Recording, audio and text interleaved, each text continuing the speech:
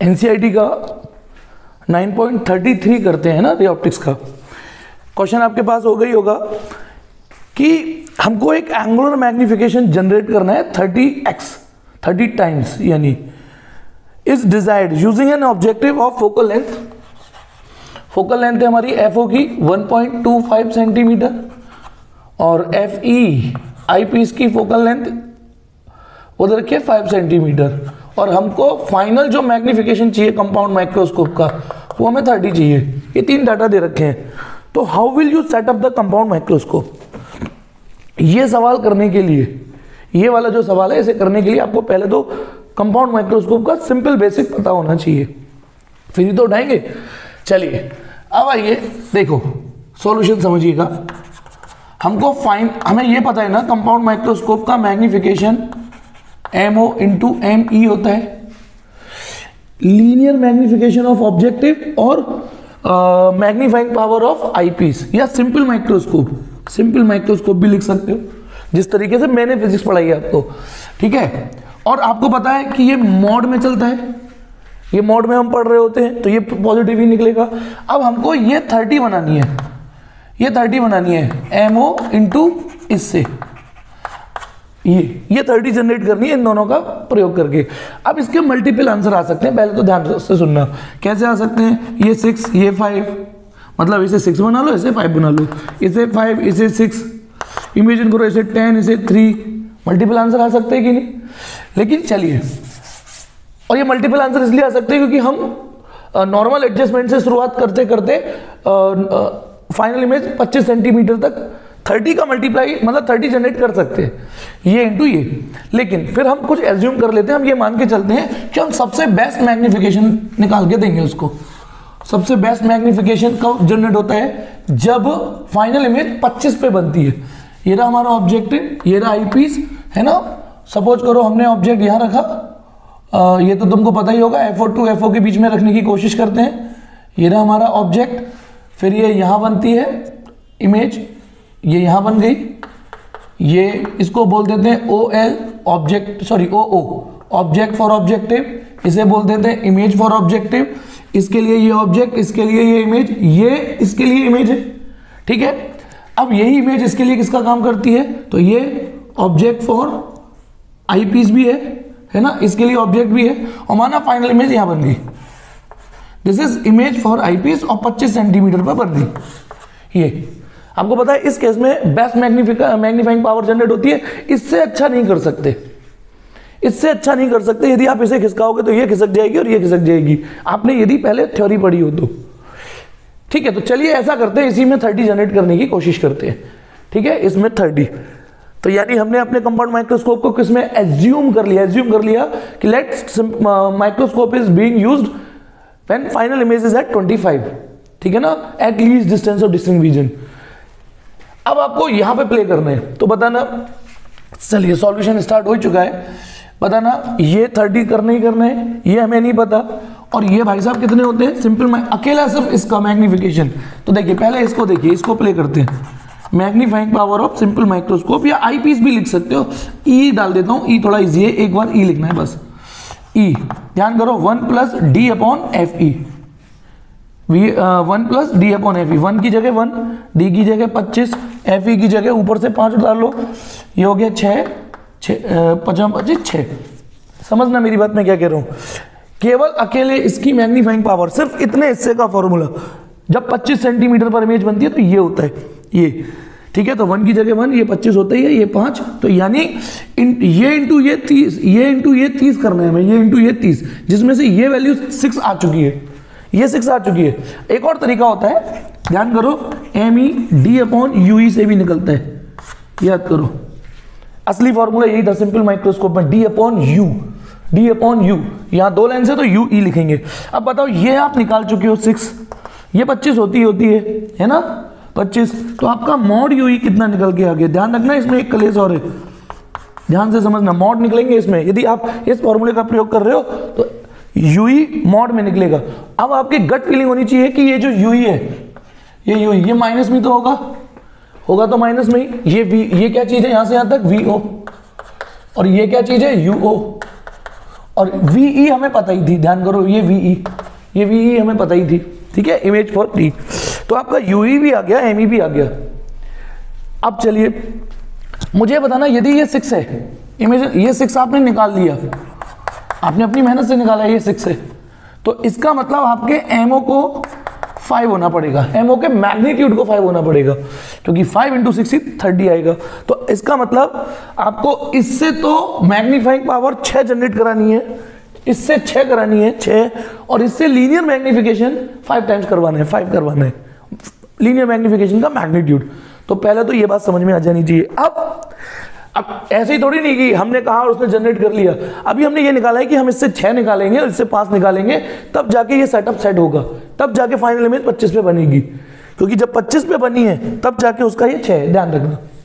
अब आगे बढ़ते हैं, अब कहीं से भी प्ले करना स्टार्ट कर दो, जैसे आपको, और एक और चीज ध्यान रखना, कहाँ गया ये, इसको ध्यान से सुनना, यहां पे बहुत फूक फूक के कदम रखने हैं। आपका MO का मैग्नीट्यूड 5 आया है, पर MO -5 है। क्यों -5 है? देखो, इसके लिए ऑब्जेक्ट ये था, उसने इमेज यहां उल्टी बनाई थी, और जब उल्टी इमेज बनती है तो ऑब्वियसली माइनस बनेगा, वो तो मॉड के चक्कर में ये 5 प्ले करना पड़ता है। अब आप बताओ, है ना, मुझे ये बताइए, MO -5 है, MO को VO/UO लिख दें, -5।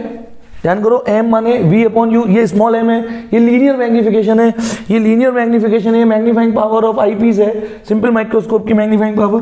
तो यहां से VO कितना आ गया, -5UO, -5UO। अब इसको प्ले कर लेते हैं वैसे ही, लेंस, इसके लिए लेंस इक्वेशन लगाओ, इसके लिए लेंस इक्वेशन लगाओ, 1/V -1/U 1/F होता है, और हम क्योंकि ऑब्जेक्टिव के लिए लगा रहे हैं तो ऑब्जेक्टिव के लिए लिख देता हूं O। ये कितना लिखूं, 1/VO, वैल्यू, VO की वैल्यू तो नहीं पता पर रिलेशन पता है, -5UO है ना, माइनस की जगह माइनस, UO भी नहीं पता, FE भी नहीं पता। जब आप इसे सॉल्व करोगे, मैं तो बेटा सॉल्व करके लाया हूं, इसे सॉल्व करोगे तो ये भाई साहब आ रहे हैं, UO कर लेना, ये आ रहा है माइनस का 1.5 सेंटीमीटर, ये माइनस का 1.5 आएगा, 1.5 माइनस का, यानी ये डिस्टेंस, ये माइनस का 1.5 और ये माइनस का 1.5 है, तो फिर इससे क्या निकल जाएगा बताइए, VO = -5UO है ना। UO की वैल्यू आप निकाल चुके, कितना निकाल चुके, UO -1.5 है ना। तो VO कितना आ गया हमारा, 15×75 प्लस 7.5 सेंटीमीटर, यानी ये दूरी आप इस ऑब्जेक्टिव से, यदि आपको मैग्निफिकेशन 5 चाहिए, 5 टाइम्स चाहिए, तो आपने इसी के लिए तो सॉल्व किया, ये डिस्टेंस 1.5 रखनी पड़ेगी, माइनस का मतलब तुम्हें पता ही है, उल्लंघ इधर, और ये वाली डिस्टेंस 7.5 सेंटीमीटर आएगी। तो आपको ये तो पता चल गया 7.5 है, यानी ऑब्जेक्टिव प्ले हो चुका है पूरी तरीके से। अब आते हैं, बताइए क्या ऑब्जेक्टिव प्ले हो चुका है, इसका मैग्निफिकेशन हमें कितना चाहिए था, 5, पर प्लस का 5 नहीं, माइनस का 5। ये कैसे आया, क्योंकि ऑब्जेक्ट ऊपर है और इमेज ये नीचे बनाता है, तो ये मॉड के चक्कर में आपको साइन दुबक चुका है, ये आपको फूक फूक के कदम रखना पड़ेगा। अब इससे -5 चाहिए हमें, इसकी फोकल लेंथ पता है, इससे -5 चाहिए, तो हमने लेंस इक्वेशन प्ले करके इसका U और V निकाल लिया इसका। अब बताइए, अब आई पीस की फोकल लेंथ पता है हमें, आई पीस की फोकल लेंथ पता है ना, आई पीस की दे रखी है, इससे हमें इमेज यहां बनानी है, इसकी इमेज ये है ना, इसकी ऑब्जेक्ट ये है, इसकी इमेज ये है। तो आपके पास 2 तरीके हैं, इसके लिए लेंस इक्वेशन प्ले करो, इसके लिए तो जब आप आई पीस के लिए प्ले करोगे तो आई पीस की इमेज, आई पीस की ये, और आई पीस का फोकल लेंथ। अब आप बताओ, UE नहीं पता इसका, हमें ये नहीं पता, ये कितना रखूंगा मैं, -25, क्योंकि इससे इमेज आपको -25 पे बनानी है। UE नहीं पता, जो नहीं पता उसका साइन नहीं रखते, और FE कितना है, प्लस का 5, क्योंकि कॉन्वेक्स लेंस है, तो होपफुली कि UE निकल जाएगा इससे, और इसका UE आएगा निकल के माइनस का 25/6, 25/6। बेटा टाइम बचाने के लिए मैंने सॉल्व कर रखा है, माइनस का 4.17 सेंटीमीटर UE, यानी ये दूरी 4.17। अब एक और तरीके से निकाल सकते हो UE, ध्यान रखना, देखो यहां से भी निकल रहेगा UE, क्योंकि आपको M ही 6, देखो M = D/UE, M हमारा 6 D 25 UE, लेकिन इसमें UE 25/6, लेकिन ध्यान रखना जब आप इस फॉर्मूले का प्रयोग करते हो तो UE का भी साइन नहीं निकल पाएगा, 25/6 आ गया, देखो वही आ रहा है 25/6 ही, वही आ रहा है, पर इससे एक्चुअल पिक्चर आती है, जो साइन होता है वो आता है इससे। इस प्रोसीजर से साइन आपको पूरी थ्योरी पता होनी चाहिए कि क्या रखना है बाद में मॉड के बाद। अब बताइए, यानी ये दूरी कितनी निकाली है आपने, ये निकाली है आपने 7.5 मैग्नीट्यूड 7.5, और ये मैग्नीट्यूड कितना है 4.17। तो ये जो L है separation between the two lens, separation between the two lens कैसे निकलेगा, VO का मैग्नीट्यूड और UE का मैग्नीट्यूड, क्योंकि ये ऑप्टिक्स नहीं होती, तो पता है ना डिस्टेंस थोड़ी नहीं ऑप्टिक्स, सेपरेशन ऑप्टिक्स थोड़ी नहीं होती। ये कितना है हमारा कितना निकला था 7.5 प्लस, और ये कितना है मैग्नीट्यूड में 4.17, तो ये आ रहा है 11.67 सेंटीमीटर। तो अब देखिए आंसर कैसे दोगे। क्वेश्चन ये पूछा था कि यदि हम आपको ये और ये फोकल लेंथ का लेंस दें और आपको ये मैग्नीफाइंग पावर जनरेट करनी है, ये वाली मैग्नीफाइंग पावर जनरेट करनी है, ये वाली, तो क्या करोगे। तो अब आप बताना क्या करोगे।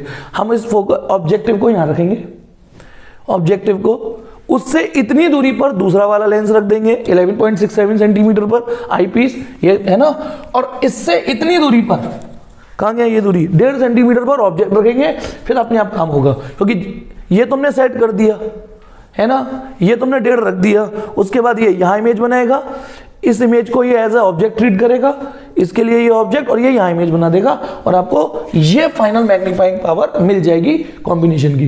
पर ध्यान रखना, इसमें एक चीज एज्यूम की गई है कि माना ये मैग्नीफाइंग पावर हम नॉर्मल 25 सेंटीमीटर पर जनरेट कर रहे हैं, तो इसके और भी आंसर पॉसिबल है, लेकिन जो मेन जो सबसे मतलब बेस्ट आंसर मान सकते हो कि भाई 25 सेंटीमीटर पे नहीं मिला तो कभी नहीं मिलेगा, वो हमने एक्सट्रीम पे निकाल दिया।